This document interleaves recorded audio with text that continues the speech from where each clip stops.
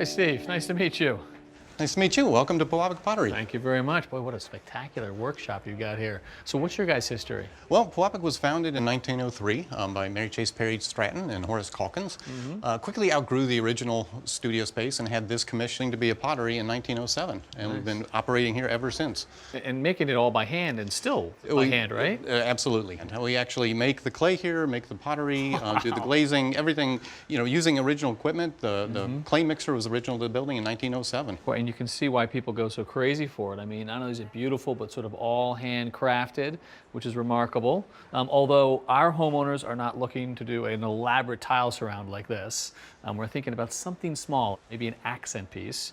I don't know if they've chosen one yet. Yeah, they were looking at a few different tiles, and you know, they liked the Detroit skyline with the iridescent finish, but I think they settled on the Eastern Market tile. Nice. Well, we just happen to have some in production if you'd like to take a look. I would love to.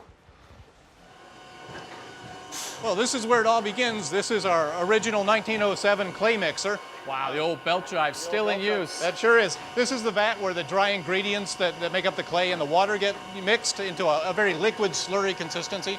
And what that does is it helps the clay particles distribute very well throughout the clay. And it actually gets, you know, very liquid pumped underground here. And this is kind of a vat where you can see the slurry being mixed. And that, you know, again, it's part of the physical infrastructure of the building. This was this was originally built to be a pottery in 1907. Cool. So once it's mixed into that liquid slurry, then the slurry is pumped up through this machine. It's called a filter press. And so the liquid will come up, and in between each of these pairs of slats is a hollow where the liquid fills up, and then under pressure, the water comes out, and you end up with a plastic clay.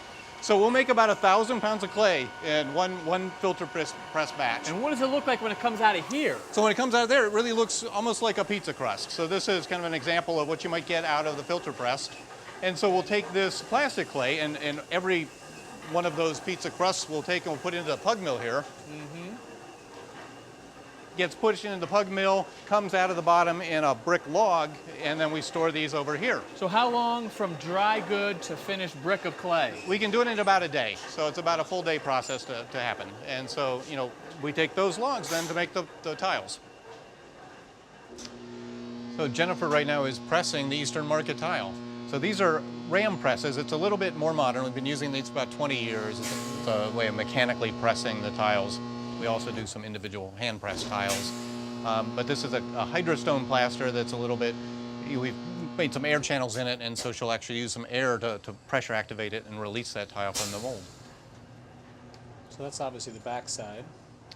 Yep, and she'll do a little cleanup here, and then there'll be a little cleanup a little later on. So even with these more mechanically produced tiles, there's still a lot of hand craftsmanship that goes into them. Where do the molds come from? We make them right here on site. So we've got, you know, different artists and designers that'll design the molds, design the shape, and then our master mold maker will turn it into something that we can use with clay. And so there you see the finished Eastern Market tile. And so from here we'll take those tiles, they'll dry for about 2 days, and then we'll take them to the kiln where they get fired and ready for glaze. So once the tiles have been fired the first time and they're cooled off, they're ready for glazing. So Kelly's now doing what we call a hand paint. Each one of these Eastern Market tiles has 7 different colors, so she'll take, you know, one color at a time and go through the process, you know, kind of like paint by numbers. And this is where you get those subtle irregularities, because now it's all done by hand. Right. And so you can see the glaze, you know, is fairly muted, but once it gets fired, it'll be a very glassy, bright surface. And no two tiles the same, right? Nope. That's the nice thing about the handcrafted process.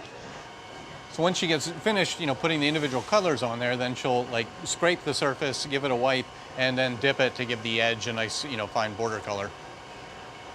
So the Eastern Market tile has 7 different colors. You know, at this point, some of them look very much alike. You can't tell them apart. Once they're fired, the true colors will be revealed. Now ready for the big reveal. So this is one of our production kilns. These tiles have now, after they've been glazed, they've been fired again, this time to about 2,200 degrees. So the whole firing process takes about 36 hours, 12 hours to get up to temperature, and then about 24 hours to get back down. And here's the finished product. Wow, look at that, huh? Look at those colors, that's just spectacular. Handmade, completely irregular. Well, this is just sort of the historical accent piece we need in our house. Thank you, Steve. It's been our pleasure. Thanks for watching. This Old House has got a video for just about every home improvement project, so be sure to check out the others. And if you like what you see, click on the subscribe button. make sure that you get our newest videos right in your feed.